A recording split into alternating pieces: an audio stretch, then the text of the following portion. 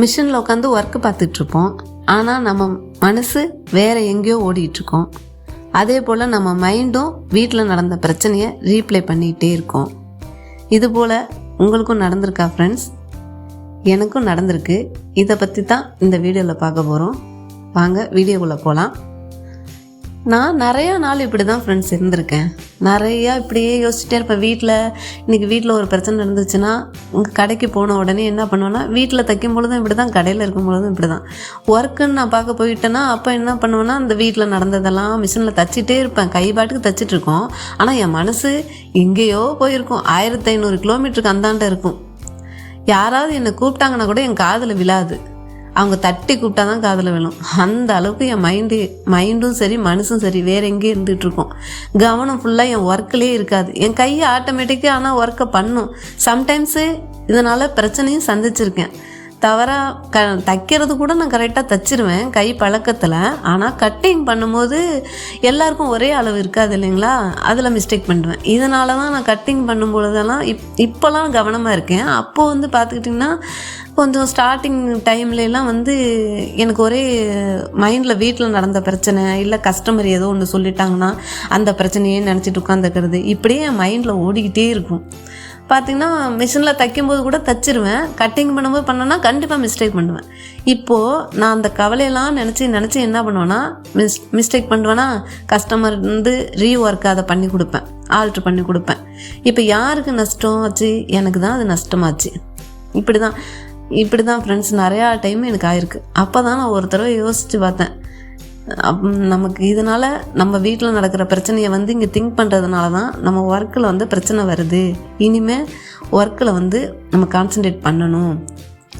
இனிமேலுக்கு வீட்டெல்லாம் திங்க் பண்ணக்கூடாது அப்படின்னு நினச்சேன். ஏன்னு வச்சுங்களேன், அப்போ நம்ம வீட்டில் ஒரு ஹஸ்பண்ட் அண்ட் ஒய்ஃபுக்கு நம்ம சண்டை நடந்திருந்தாலோ, இல்லை நம்ம அப்பா அம்மா யாரோ ஏதோ ஒன்று சொல்லிட்டாங்கன்னு வச்சுங்களேன், வீட்டில் உள்ள பிரச்சனையை நம்ம நினச்சிக்கிட்டே இருந்தோம்னு வச்சுங்களேன், அந்த பிரச்சனை இன்றைக்கி வரும், நாளைக்கு சமாதானம் ஆயிரும். ஆனால் நம்ம ஒர்க்கை மிஸ்டேக் பண்ணிட்டோம்னா அது திரும்ப நமக்கு வருமா?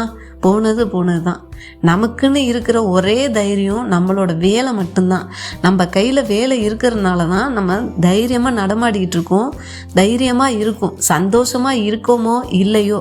ஆனால் தைரியங்கிறது ஒன்று எல்லாருக்கிட்டேயுமே இருக்கா இல்லைங்களா? என்னை போல் இந்த மாதிரி டெய்லரிங் தொழில்னு சொல்லலை, எந்த ஒர்க்கில் இருந்தாலும் அந்த பெண்கள் நீங்களே உங்களை யோசிச்சு பாருங்கள். கண்டிப்பாக உங்ககிட்ட அந்த ஒர்க்கு இருக்கிறதுனால தான் எல்லாருமே தைரியமாக இருக்கும். அந்த தைரியமும் நம்மளை விட்டு போயிடுச்சுன்னு வச்சுங்களேன், நம்ம வீட்டில் நடந்த பிரச்சனைக்காகவோ, இல்லை இப்போ யாரோ ஒரு கஸ்டமரோ இல்லை அக்கம் பக்கத்தில் உள்ளவங்களோ ஏதோ சொல்லிட்டாங்க, ஒரு பிரச்சனை ஆகிட்டு நம்ம கவலைப்பட்டுட்டு உட்காந்துருக்கோம். இதனால லாஸ் யாருக்கு? ஒன்று நம்ம வேலையே செய்யாமல் உட்காந்துருவோம், வேலை டிலே ஆகும், டெலிவரி சொன்ன டைம் கொடுக்க முடியாது, இதனால் கஸ்டமர்கிட்ட பேர் கிட்டுடும், இல்லை நம்ம ஒர்க்கை தப்பாக பண்ணிவிடுவோம், அதை ரீஒர்க் பண்ணுவோம், அந்த டைம் வேஸ்ட்டு, கஸ்டமர்கிட்ட பேர் கிட்டுடும். இது எல்லாம் எதை பாதிக்குது? நம்ம தொழிலை தான் நமக்கு பாதிச்சு விடுது. நமக்கு இருக்கிற வீட்டு பிரச்சனை, நம்ம பர்சனல் பிரச்சனை ஒர்க்கில் கொண்டு நம்ம சிந்திச்சிட்டு இருக்கிறதுனால நம்ம ஒர்க்கு போகுது. ஒர்க்கு போயிடுச்சுன்னா என்ன போயிடும்? நம்மக்கிட்ட இருக்க தைரியமும் போயிடும். அப்போ நமக்கு ஸ்ட்ரெஸ்ஸு 2 விதமாக வந்துடும். அப்புறம் இப்போ ஒரு ஸ்ட்ரெஸ்ஸு தான் இருக்குது, ஒன்று வீட்டுனால இல்லை வேறு வெளியில் உள்ளவங்களாலேயோ நமக்கு பிரச்சனை அந்த ஒரு விதத்தில் தான் இருக்கும். இப்போ ஒர்க்கையும் நம்ம கெடுத்துக்கிட்டோன்னு வச்சுங்களேன், நம்மக்கிட்ட 2 பிரச்சனையும் ஆகிடும். ஒர்க்கும் போயிருச்சு, நம்மக்கிட்ட பேரும் கெட்டுடுச்சு அப்படின்னு சொல்லி நம்ம வருத்தப்பட்டுகிட்டே உட்காந்துருப்போம். இப்போது இந்த 2மே சேர்ந்து மன அழுத்தம் இன்னும் அதிகமாக போயிடும். நம்மக்கிட்ட தைரியமும் நம்மளை விட்டு போயிடும். நம்ம தைரியமாக வாழவும் முடியாமல் போயிடும். அப்போது நமக்கு தான் லாஸு. அதனால் நான் மாற்றிக்கிட்டேன், கொஞ்சம் தான் சேஞ்ச் பண்ணேன். வீட்டுக்கு வந்துட்டேன்னா எதை பற்றியும் திங்க் பண்ண மாட்டேன், கடையை பற்றியெல்லாம் திங்க் பண்ண மாட்டேன். வீட்டில் சமைக்கிறது, பிள்ளைங்களை பார்த்துக்கிறது, அவங்களுக்கு என்ன தேவை, வீட்டில் என்ன பண்ணணும், ஏது பண்ணணும்னு வீட்டில் நான் இருக்கிற வரைக்கும் வீட்டை பற்றியே தான் யோசிப்பேன், வீட்டை பற்றியே எல்லாம் செய்வேன்.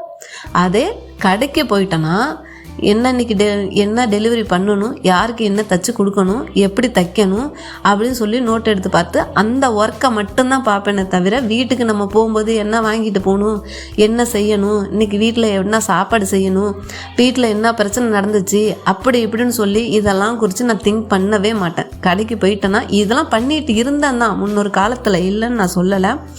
ஆனால் இதனால் நான் பல ஒர்க்கில் நிறையா பிரச்சனைகளை சந்தித்ததுனால அதெல்லாம் விட்டு அப்படியே அந்தந்த இடத்துக்கு வந்துட்டு அந்த இடத்துக்கு என்னை மாற்றிக்குவேன்.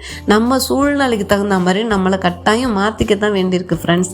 நம்ம மாற்றிக்கிட்டால் மட்டும்தான் நம்ம எல்லா விஷயத்துலேயும் ஸ்மூத்தாக கரெக்டாக நம்ம எல்லாத்தையும் ஹேண்டில் பண்ண முடியும் அப்படிங்கிறத நான் தெரிஞ்சுக்கிட்டேன்.